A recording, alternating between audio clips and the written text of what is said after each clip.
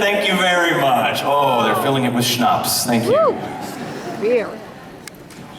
Perfect timing. So I'm going to tell another story against all better judgment.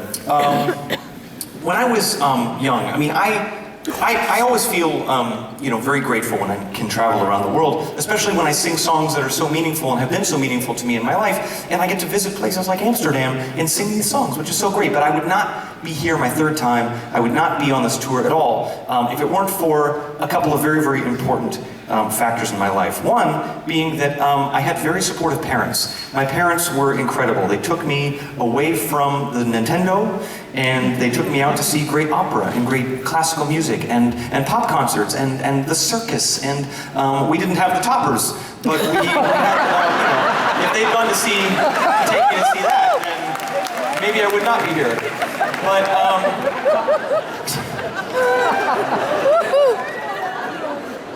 can we go afterwards? Will it still be happening? Yeah. No? Yes. It will? Yep. I need to find a really great costume first, I feel like. If somebody can find me a sparkly hat.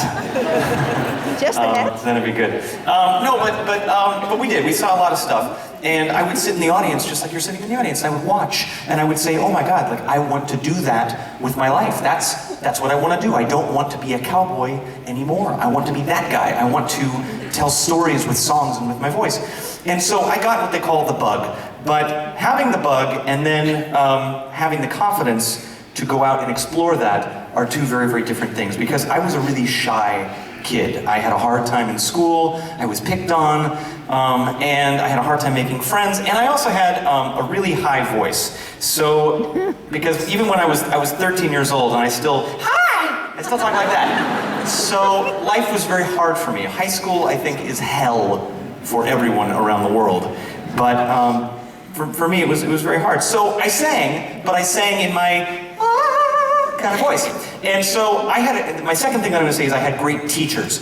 And my teacher heard me singing in the back of the choir. I was singing my heart out. And he said, hey, you boy soprano, come here.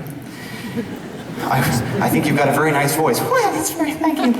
And I want you to sing this solo. And he handed me a song called George Gershwin's Swonderful. He said, I want you to sing this solo in front of the entire class next week. Good luck. And I thought, well, I'm dead. That's it. That's certainly the end of my social life. The girl I liked was definitely not going to like me. And, but I worked on it, and he pushed me because I would not have done it if he had not pushed me. And I sang my ass off. I was really amazing that night. Like, I got out there and I was like, "Swonderful, smallest, you should care for me." And I was like doing scat solos. Yeah, I was like Ella Fitzgerald. I was like a soprano buble. It was fantastic. And I felt so cool. I felt so cool. And it could have gone both ways, but the class gave me a standing ovation. And my parents, who'd never heard me sing before, they were standing in the back of the audience, and my mom was crying, "Oh, baby!" And I couldn't believe what was happening. And even the guy that was constantly giving me crap every single day, Biff, or whatever his name was, it's always Biff. Biff.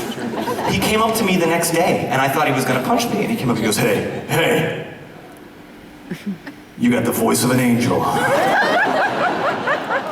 So I knew, that's how I knew that was my path. Even if I had not gone into it professionally, I knew that was something that was going to change the course of my life forever. So, long story long, I have a arts foundation called the Find Your Light Foundation, which really was created by my fans. And it is all about getting music education and arts education into schools and into programs around my country, but also around the world. And if you'd like, you can go to findyourlightfoundation.org, and you can make a donation, or you can just look at. There's lots of pictures.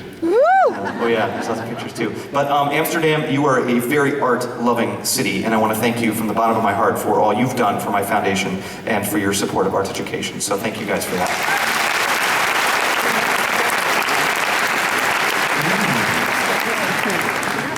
Speaking of great artists and speaking of this great city, it is always such an honor to perform with wonderful musicians from the city, in the city that I'm in. And I would like to introduce to the stage the wonderful Martine de Laat.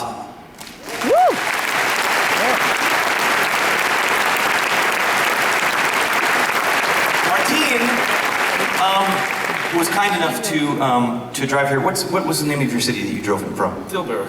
Tilburg. Yeah. Martine is incredible. He plays with the Metropole Orchestra, and he has for apparently the last 30 years. And how old did you say you were when you first started playing with them? No, I was not 13. You were 13? 17 I was. Yeah, you were 17, but you've been playing with them for 30 years.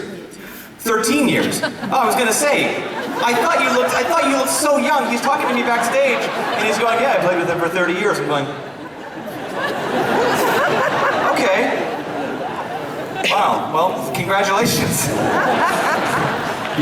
Martine is a vampire. Whoa. All right, for 13 years, and you started when you were 17, and we're delighted you're here. And I'm actually going to sing a song that is a high five to my 17-year-old self, because this was my first lead role ever in a musical. I was 17. They had to paint a beard on my face. I made up for it now. But this is a beautiful song from Finian's Rainbow called Old Devil Moon.